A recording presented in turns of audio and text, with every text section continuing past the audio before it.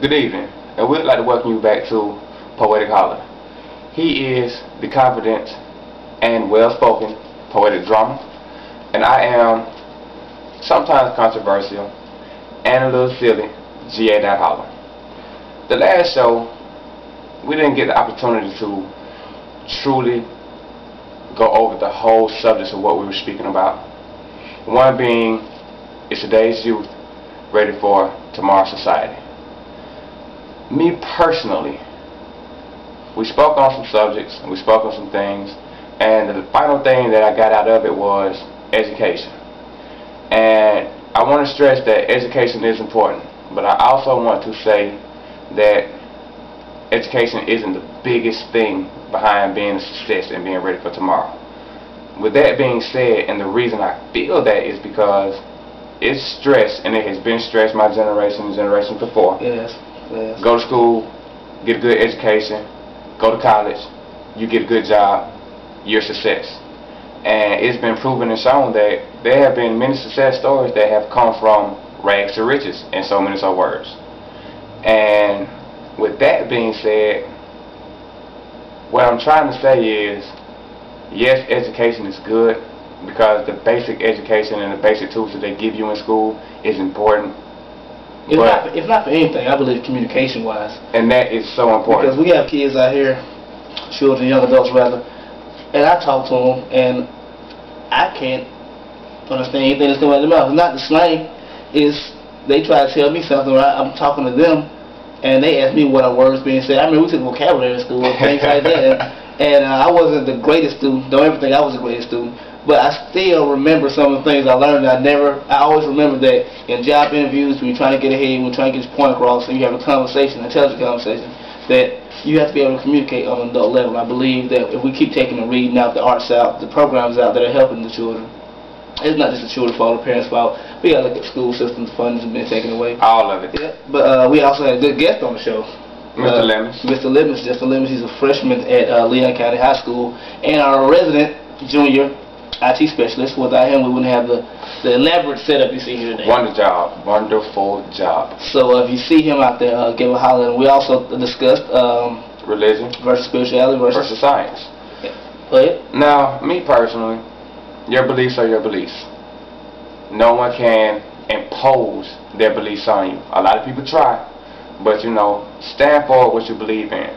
But I guess my thing with religion is, religion puts a box on spirituality, meaning God being God, the omnipotent power being the omnipotent power. How can you put a box to try to contain that and try to put that in a structure?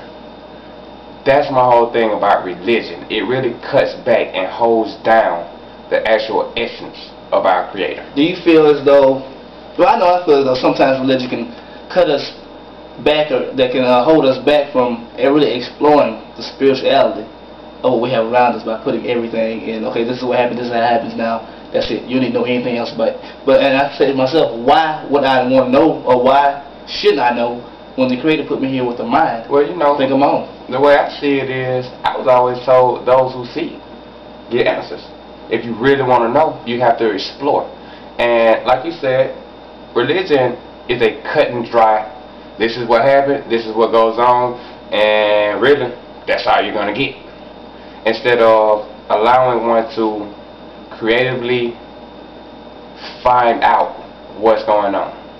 And I truly believe the same thing, and I sit to myself and I hear great sermons and on certain issues, but I have to search for myself, and I don't believe anybody should have to listen to one person's opinion or listen to one person tell them what to do before they won't end up in a certain place that's not even described metaphorically or physically in any book. But like we said, it was the last topic of the last show. We can't dwell on those, but we will hit those up later on. If you have any suggestions for shows, any ideas, if you want to be a guest, we're located here in Tallahassee, and you can hit us up at poeticholla live at what? poeticholla at live.com? At live.com. Poeticholla. I learned it this time. I didn't know it this time. He knows it this time. Poeticholla at live.com.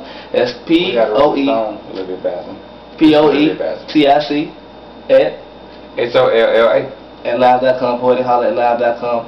That brings us, as we're recapping, we want to also get some acknowledgments, some shout-outs to our fans. We got a few fans out there. We got 2 subscribers, and someone left us a comment. Thank you. And we got like 200-some hits so far, collectively. That's a success to me. That's a success to me. We got LaQuita rather.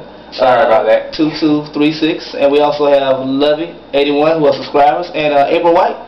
She tuned in, left us a comment, said she really valued the topics we talked about. She said they were heavy, and they were heavy. Today's issues. Today's issues that people talk about. That's why we're here. She said she loved our point of view and the young man Justin Lemons, his point of view. Okay. And she said keep them coming, and we will keep them coming. Yes, we will. We will keep them coming. And thank you. Thank you for your paying us attention. I guess that brings us to the word and the thought of the day. Word thought of the day. It's my turn. Yes, sir. Yesterday I heard Misunderstood by Lil Wayne, and we discussed that. Today we're going to discuss something that's near and dear to my heart, poetry by Mr. Edgar Allan Poe, my favorite poet. And it's a poem that grasped my heart when I first read it when I was about 15 years old. It's called A Dream Within a Dream. And I'm going to go ahead and give you a little taste of it, the second stanza. Let's go. I stand amid the roar of a surf-tormented shore, and I hold within my hand grains of the golden sand. How few, yet how they creep through my fingers to the deep, while I weep, while I weep. Oh God, can I not grasp them with the tighter clasp? Oh God, can I not save one from the pitiless wave? Is everything that I sing but a dream within a dream? And that's A Dream Within a Dream by Edgar Allan Poe. Now, when you hear those words being spoken from somebody that grew up in the 1900s, what goes on in your mind, Hollow? Wow. I mean, first of all, wow. That was Edgar Allan Poe. I mean, what else can I say about that? But what I got from that was 1800s. 1800s. Within that time frame, there was a lot of things going on. And what I got from it was this man, I'm not going to say he was standing above the curve, but he was for the people.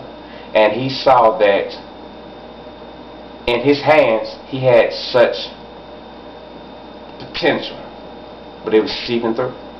In his hands, or in his vision, he saw so much good that could happen, but it was like nobody was really paying him any attention. So, you know, I take that to today's time in 2009 because it's still relevant. I mean, we have the potential to do so many things, but we're caught up on pettyless stuff. So that is true. When I read it and when I think about it, I never thought about it, like you said, as being a metaphor for his time and today's time, but I can't see that point of view. When I think about it, as me being a writer, an artist, you being an artist, I feel that when you write art, or when you make art rather, create art, after it leaves your hand, it's up to the viewer, the reader, to interpret it as they feel, because it's theirs now. If you're a true artist, you give, and you don't hold on to it. That's true. And the way I interpret it, I mean, I can't where to start it. I mean, it's all that we see or seen but a dream within a dream. I mean, that's just questioning why we're here. What's the point of existence? I mean, where's the origin? And he sees everything as being so small. When he said, I hold within my hand grains of the golden sand, and he's crying because he can't hold on to them, that's talking about dreams as far as I see it. And it's all about a dream. Sometimes you want to hold on to something, but you can't hold on to it. Like Hustle and Flow, we all need to pursue dreams. That's right. Everybody got to have a dream, boy. Everybody got to have a dream. But I can see where it's coming from. Like I said, I enjoy it because it's one of those poems that's not macabre as The Raven or the other poetry he wrote or other short stories, but this really tells your heart, things like that. But this is really one of those that make you sit back, and he calls God's name twice. Why can I not grasp them with the high class? Why can I not save one from the pitiless wave? And when he says, why can I not grasp them with the tighter clasp? And why can I not save one from the pitiless wave? When he says that, you know it's a metaphor for what's actually going on. When he says that, that there is what made me say, he's seeing the people. Yeah. He has this beautiful substance in his hand that he would love to be able to hold on to, but it's just like sand does, shifts straight through your hands. Straight through your hands. But with that being said, our two topics today are fashion, swag, style, and then one a little more serious, racial profiling. Racial profiling. It does exist, ladies and gentlemen. It does exist. We will be back to you real soon. Alright, we're going to poetic holler at you in a minute.